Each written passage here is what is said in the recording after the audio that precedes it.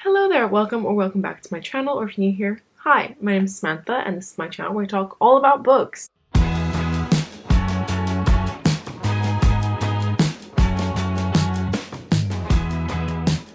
Anyway, but today I'm coming to you with my May wrap-up. So I'm going to be talking about all of the books that I read in the month of May. My reading in May has not been the best. I've technically only finished 5 books, and I also DNF'd 2 books, which I will also talk about in this video. But yeah, I only read 5, which compared to last month where I read 9, is definitely a decrease. But it has been a pretty busy month. And also last month I did read 4 mangas, which obviously are much faster to read than traditional novels. That definitely helped. It's been a pretty busy month because my fiance had his surgery. We also finally chose our venue, and we also sent out all of our save the dates and stuff for our wedding and setting up a wedding website and stuff. It's all a lot. And anyway, 5 books is absolutely fine. And I did try and read 2 others, which are part of the reason probably why I didn't read as much, because, you know, trying to read something and then it kind of fails and then you don't really feel like reading. I'm gonna start off with my reading stats from Storygraph, like I've been trying to do every month, even though I haven't been super great at that. But I'm getting back on track, and we're gonna go through my stats quickly from Storygraph. Now, keep in mind, these stats will not include DNFs, so the numbers might be a little bit off. I personally do include books that I don't finish. I include them in my yearly total of books that I've read, depending on how far through I get. If I've read at least a third of the book, I count it towards my annual reading. Storygraph doesn't, and that's fine. Anyway,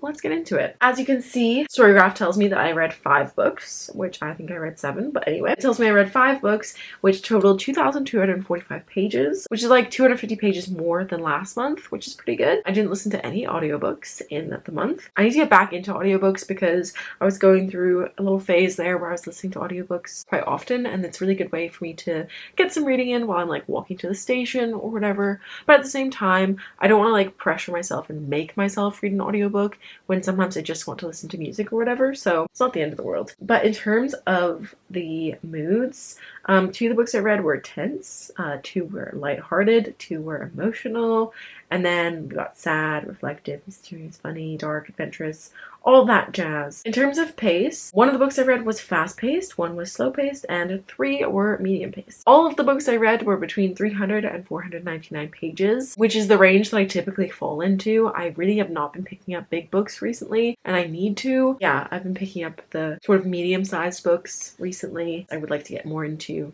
longer books as well. I read 100% fiction, which is not entirely true because I DNF'd a non-fiction book. Technically, I only read fiction books in the month. I read mostly romance and contemporary. I also read a couple of young adult books. In terms of format, 100% of the books that I read were in print format. That's actually not true. One of the books I read, I listened to it and I also read it physically, but I started off reading it physically. So on Storygraph, I put it down as a physical book, but then I actually finished it off listening to the audiobook. And then we get to my ratings, which are not great. I had 2 2.5s, 1 3.5, and 2 4 stars. So not a single 5-star. I read pretty much every day. There were only a few days where I didn't. And obviously this is showing that I didn't read the last 3 days of May because we're still in the last 3 days of May. There were only 3 days where I didn't read. It's showing as more, but there are some days where I forgot to put on that I had read that day, so it didn't count it, but I actually did. Anyway, now that we're done with the stats, let's get into the books, shall we? So we're going to start off with the 2 DNFs that I had in the month. So the first one that I have is a romance book, and that is called The Cheat Sheet by Sarah Adams. This one I'm a little bit worried about because I did recently purchase the Kindle version of at least one of her books. I might have done 2 because they just sounded good, and now I'm worried that they're not going to be good. This book follows our main character. I can't remember any character names because I've just completely forgotten everything about that book, but I do know that it followed 2 characters, obviously, who were really good friends. And basically the female main character, she owns a ballet studio, she's a ballet teacher, and she doesn't really have a lot of money. She kind of runs a non-profit organization, but her best friend happens to be this professional football player, and so they are best friends, except they both have feelings for each other, but neither of them think that the other one does, so it is a friends to lovers. They have to fake date because of something that happens. The main character ends up getting really drunk one time after having an argument with his best friend because he wanted to pay for some stuff for her and she said no, and then he was doing it secretly. Anyway, so they had this big old argument and she ends up spilling her feelings to this reporter who then publishes it, and then they have to fake date. There was nothing particularly that was wrong about this book, but I just wasn't vibing with the characters. I don't actually particularly like that form of friends to lovers where they both already know that they are in love with the other one, but they don't want to admit it to them.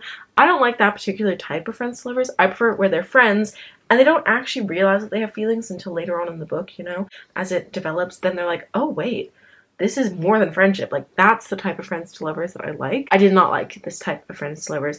And then I was reading reviews and it is a clean romance. I'm like, if there is no smut in this book, why am I reading it? So I stopped reading it. The next book that I decided to DNF was actually a nonfiction book. It's called Words Fail Us in Defense of Disfluency by Jonty Claypole. This is all sort of about different speech maladies, you know, like stutter and aphasia and Tourette's and things like that. It was all about different things that would affect someone's fluency and how people generally look down upon people who have speech impediments. And this is basically like a call to action to like accept and raise awareness for the fact that like there's no reason to be, you know, looking down upon people with speech impediments because it doesn't have any bearing on sort of like their intelligence or anything like that. That's not what I'm saying is my personal belief, but I think that that was sort of like the point that the author was trying to make, was that people really look down upon people with speech impediments. There were parts of this that I really enjoyed. Like, I think the subject matter is really important and some aspects were so interesting to read, but in general I think that the writing style just wasn't for me and that we were kind of going in circles with the points that he was trying to make and not really moving forward. I just wanted to like kind of learn more and it wasn't really giving me any more information than I wanted. I ended up DNFing it around a third of the way through as well because I just realized like I was really struggling to pick it up and I'm now falling behind on my nonfiction goal of reading one nonfiction book per month because I started that book in February, I think, and I just could not motivate myself to read it. So it's a shame because I think the subject matter is really important, but that particular book was not interesting for me. The next book that I actually have already talked about in a reading vlog that I did. I read this book for my 9-year booktube anniversary video where I reread books that I used to love when I started my channel. So I'm only going to talk about this book briefly, and same with the other book that I read in that video, but I'll talk about that in a little bit. But yeah, so if you want to know my full thoughts, go check out that video because it was a lot of fun. But yes, I reread Divergent by Veronica Roth, and having given this a 5-star the first time around, I now gave it a 2.5. This book, second time around, did not do it for me. Not my cup of tea this time around. The whole time I was just kind of like, what's the point? This whole system is so stupid.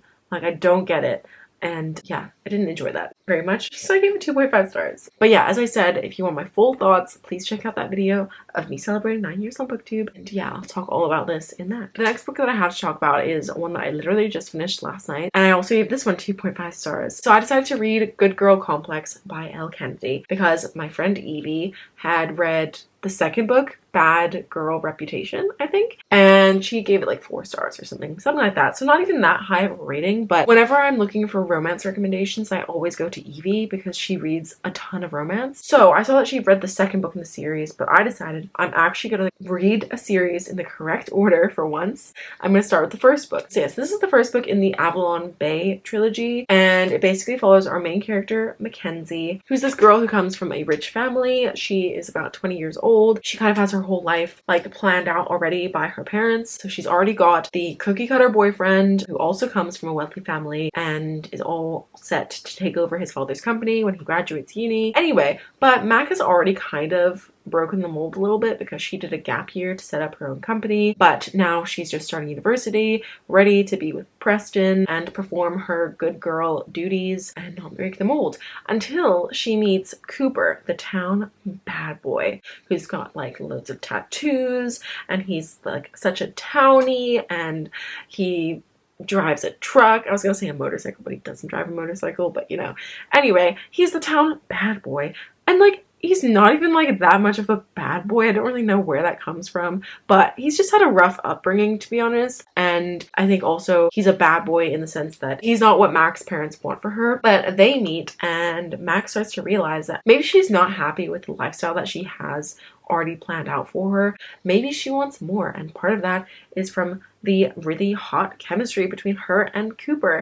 But like, where was the chemistry? Where I'm looking for it, I couldn't find it. And also Evie pointed out to me that like this relationship would just never happen. Like they have too many differences, and like obviously opposites attract and all that they say, but like I just think that they have too many that it wouldn't work. And they argued a lot, like a lot, and sometimes I don't really know what the point was for the argument. I don't think it added anything to their relationship apart from maybe like trying to show that it was strained. I don't know, I thought it was weird. And also the whole premise of how they got together is just real bad, not a good plot point at all.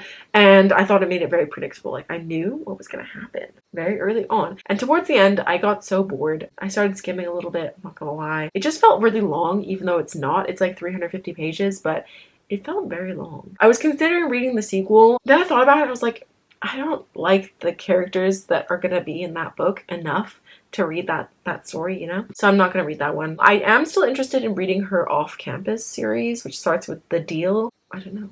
I'm not sure if I will. I finally read a book by Elle Kennedy and I didn't like it. I gave it 2.5 stars. Whoops. Moving on, the next book I have is another one that I read for that 9 years on booktube video. So again, if you want to know my full thoughts, watch that video. But I reread Anna and the French Kiss by Stephanie Perkins. The cheesiest, most ridiculous book, which has a terrible plot with a terrible message. But it is very readable.